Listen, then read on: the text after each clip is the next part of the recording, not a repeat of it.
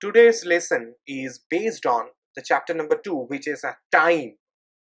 So we will start discussing about the time. The question is, what is time? So there is a very easy and simple answer that time is what a clock measures. This is what we all know. Now, this time is actually measured based on the position of the sun, right? You all know that when the sun is exactly at our zenith. Now we have discussed the zenith in our last lesson. When the sun is at our zenith, at that time, that particular time is approximately called the 12th noon. So the position of the sun actually decides the time. So the time at any point of the earth can be measured by knowing the longitude of that point, which means time changes with longitude, and that is very important. This concept is very much important for time. So with the change of longitude, time changes, and for the change of each degree of longitude, the change in time is 4 minutes. So based on these actually conception, we will actually rather go into some other aspects of time. So now we need to know about the prime meridian and Greenwich mean time. So the 0-degree longitude is called the prime meridian. The longitude we have learned in our previous session, and the 0-degree longitude is called the prime meridian. And coincidentally, this prime meridian passes through the Greenwich town, which is situated in London. So the time associated with that prime meridian is called GMT. As I already told you in the previous slide, that time depends on longitude. So for each longitude, there is a particular time. Similarly, for the longitude, which is the 0-degree, that is the prime meridian, the time associated with that is called the GMT, or at times universal time, UT. That is Greenwich Mean Time. All the other locations' time is measured as a function of GMT. So that is for the sake of simplicity. So that by just knowing the time at Greenwich, that is the GMT or the UT, we can actually say what will be the time of any other point or any other location on the earth. So the eastern countries, the countries which are on the eastern sides of that 0-degree longitude, are ahead of time. So for example, let's say the time at 0-degree longitude is if 8 a.m. in the morning. So at eastern countries, the time will be 9, 10, 11, 12 and so on. Whereas on the western countries, the time will be 7, 6, 5, 4, 3, 2, 1 and so on. So the times ahead are on the eastern sides and times are behind on the western sides. Now we need to know about the actual time. So the actual time is the time associated with the particular longitude of any particular location. So the time corresponds to the longitude of any particular location is called the actual time of that particular location. Okay, so for example, if I say the longitude of any point on the earth is say 80 degree east. So the time associated with that 80-degree east longitude is called the actual time of that particular location. So every cities of a particular countries has different actual times. That's quite obvious, you can say. So Mumbai and Kolkata, if I say these 2 points, those are very much apart from their longitudes. They have different longitudes. So their times, their actual times are different. So for the government, for the central government, conducting of anything like the railway timetables, maybe the flight departures or any such things will be a difficult thing if each of the cities would use these actual time as their time. So we actually use a standard time for a particular country, or in some countries we have more than one standard time. So what is that? That we will be discussing on the next slide. So standard time, what is that? So one or more particular location's longitude of a country is chosen as standard. Time corresponds to those standards longitudes actually are called standard times. So for some countries we have, like for India, we have only one standard location, and that is of Allahabad, and time corresponds to Allahabad is actually our Indian standard times. So the longitude of Allahabad is 82.5 degrees east. That is already mentioned in your slide. You can see that. And in some other countries, like for Russia and Brazil, for those countries, they have more than one longitudes because they are widely spread over the globe. So maintaining one particular longitude will be very tough for them. So for that, their simplicity, they use more than one particular standard times on their countries. So, and IST, that is the Indian Standard Time, is expressed as GMT plus 530. As I already discussed, for each 1 degree change in longitude, the change in time is 4 minutes. So if you do this calculation for Indian Standard Time, that is for 82.5 degrees, starting from the 0 degree, you will see that the change in time will be 5 hours and 30 minutes. So that is why the Indian Standard Time is actually expressed as GMT, that is Greenwich Mean Time, plus 530. Now there are some complex, or rather some higher level discussions regarding time. So that is time as fourth coordinate. So we know that in our coordinate system we have mainly three coordinate system: length, breadth and height of any objects. Those three are coordinate system, and those are called actually three-dimensional space coordinate.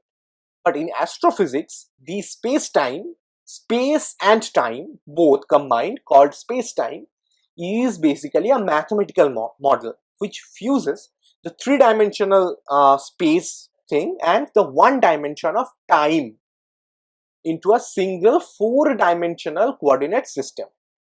Okay, so that it is basically a completely mathematical model, an abstract model, and here time is taken as the fourth coordinate. Why so? Because on the next slide we will see that from the theorem of relativity that was actually given by Albert Einstein, from there we can actually say, or from there we can actually observe that with different velocities actually the time actually changes. So for different observers on the in the space, their times are different. So there we have to think, or there we have to even calculate about time.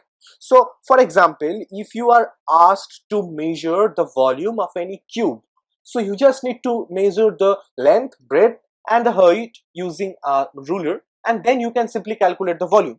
But in space, if you have to do that, in that case you have to always even measure the time, at what point of time you are doing that calculation, because that time actually has some effects on your results. So there time is taken as the fourth coordinate system. Now from the previous slide we have already discussed that times changes with velocities. So this is the formula that you can see on your screen. This is called the time dilation formula in relativity. So this can seems to be a quite a difficult or quite complicated formula, but believe me, there is nothing difficult. So T prime, as you can say, time measured from an observer outside the frame of reference. So you don't need to actually know elaborately what is the frame of reference. Just for the understanding purpose, just take as, suppose you are inside a rocket and I am watching you outside the rocket. I am actually stationary and I am watching you. So the time inside rocket, that is T prime, and time for me, time measured from time measured from an observer outside the frame of reference, that is time for me, who is stationary, is T prime, and T is the time measured from an observer inside the frame of reference. So inside the rocket the time is T, and if the speed of the object, that is the speed of the rocket, is v, and c is the velocity of light, that is 3 into 10 to the power 8 meter per second, we have already discussed in our last lesson. So from this calculation, from this formula, we can actually calculate that how much change of time will be there for a moving particle and for a stationary particle. And from here, one thing is very obvious, that if v comes out to equal to c, so if the speed of the rocket becomes equal to the speed of light, which is not actually possible, So in that case, you will see that this t prime will tend to infinite. So the time will be infinite in that frame of reference on which the velocity of the object is equal to the speed of the light. And from the conception of these time dilation, there is a stupid but interesting and a very much appreciated paradox in relativity, basically, that is called a twin paradox. What is that? Suppose you and your twin, your name is A and your twin's name is B. So B starts a journey in a rocket in a space, and after completing one circle around the earth, he returns to the earth as per his time for say 2 years. After coming back to the earth, B notices that A, the age of A, that who was his twin, has become something around 20 or 30 years more than that of that of B. So that is a quite complicated thing. So let me again give you a simple kind of explanation. So suppose Ram and Sham are two twins actually. Ram and both of them are suppose 20 years of old when Ram starts for his journey to the space. After spending 2 years, he returns to Earth. And so the age of Ram is 22 years, but Ram notices that the age of Sham becomes something 40 or 45 years or even more. So these kind of things cannot be possible actually. So these are some actually limitations of these relativity theorem. So that is why Einstein later introduced the special theorem of relativity, through which these type of paradox were removed. So this is not the actual scenario. This is something that can be happen if you use that previous time dilation formula of relativity, and this kind of thing, this kind of result you can actually expect. So now I want you to do these problems yourself. So first, search for Kolkata's longitude on internet. That is very easy, you can do that, and find the time difference between Indian Standard Time and Kolkata's actual time. So the Indian Standard Time is based on 82.5 degrees east, and you will find the Kolkata's longitude, and just by putting the formula that for each degree change of longitude the time change is 4 minutes, by that you can actually change the time difference between the Indian Standard Time and Kolkata's actual time. Next, if the actual time at Kolkata is 12 noon, so suppose the actual time of Kolkata is 12 noon, so what will be the approximate actual time at Mexico? So for your better understanding, let me tell you that Mexico is at completely opposite side of the globe of Kolkata actually. So if x is the longitude, x east is the longitude of Kolkata, then x west will be the longitude of Mexico. And one more thing, in these type of cases, like for east and west, you have to actually add a 180 degrees so that you can actually get a complete circle like this. So this is something, these 180 degrees addition are not actually very much like needed for basic elementary courses like you are doing here. So that is a process actually that I just wanted to tell you. And Mexico, since Mexico is at completely opposite side, so you can right now tell me, I am not telling here right now, but you can even tell me what will be the actual time at Mexico when Kolkata's actual time is 12 noon. So that is all for this lesson. We are done with the chapter 2, that is time. So on the next lesson we will start with the chapter number 3. Thank you so much.